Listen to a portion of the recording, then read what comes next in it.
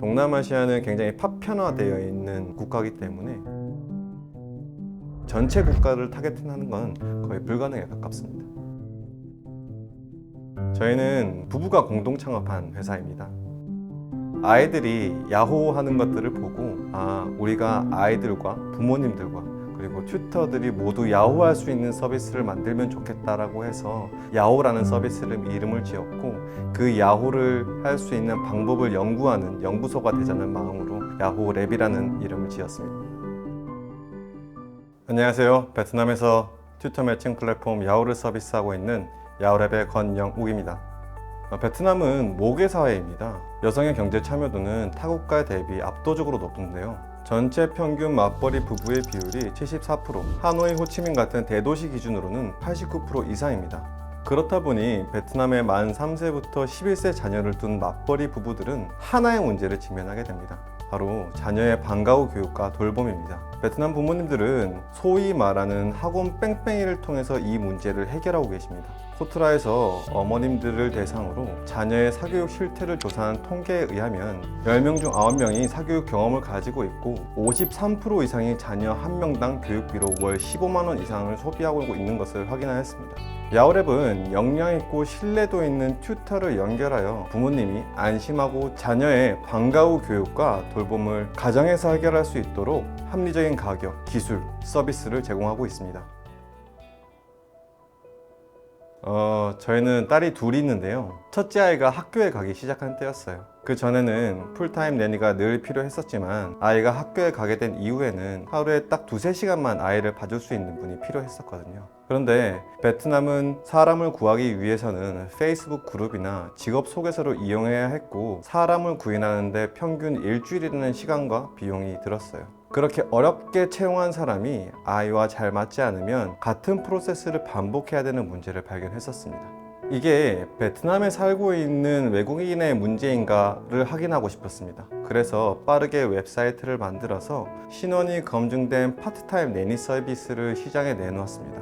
첫 달에 150시간, 그 다음 달에 600시간으로 방문 시간이 4배 이상 성장하는 것을 보고 창업을 하게 되었습니다. 야호는 튜터가 출발할 때부터 부모님께 알림을 드리고 있습니다. 부모님들이 집을 비우시는 경우가 많기 때문에 튜터가 왔는지 늦지는 않는지가 굉장히 중요하거든요. 그리고 세션이 종료된 이후에는 종료 알림과 함께 야호 노트라 불리는 방문 일지를 작성해서 부모님들이 앱에서 확인하실 수도 있습니다.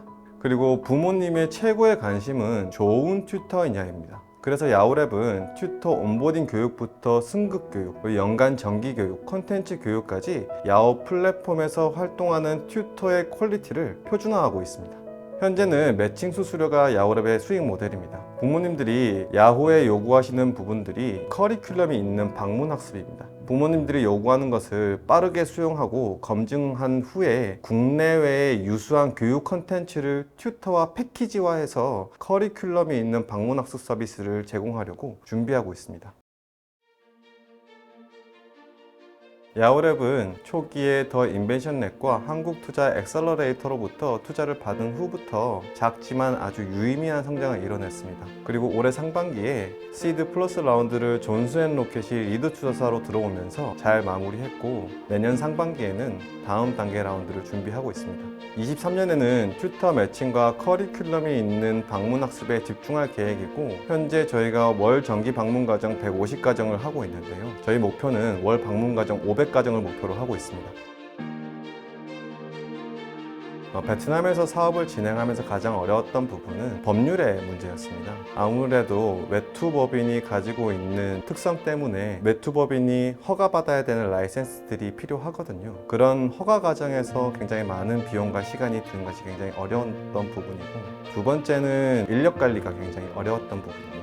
인건비가 저렴하기 때문에 많은 사람들을 채용할 수 있을 거라고 생각을 하시는 분들이 많으신데요. 이거는 관리 포인트들이 굉장히 많이 늘어난다는 얘기입니다. 이제는 저희가 노하우가 쌓여서 인력 관리에 어려움이 없지만 이 과정들을 매니징하는 데는 굉장히 어려운 부분이 있었습니다.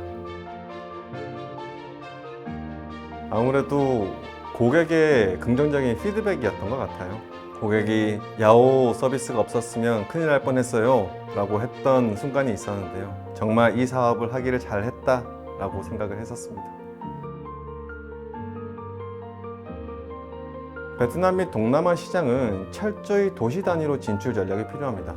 근본 프로그램을 통해서 저희는 B2B 사업의 가설을 확인하고 실제 현지 유치원, 학교, 키즈 카페의 저희 서비스의 니즈를 확인하고자 합니다. 니즈를 확인 후에는 빠르게 가설을 검증하는 실행 단계로 옮겨서 다른 수익 모델로서 확장하는 부분을 고려하고 있습니다.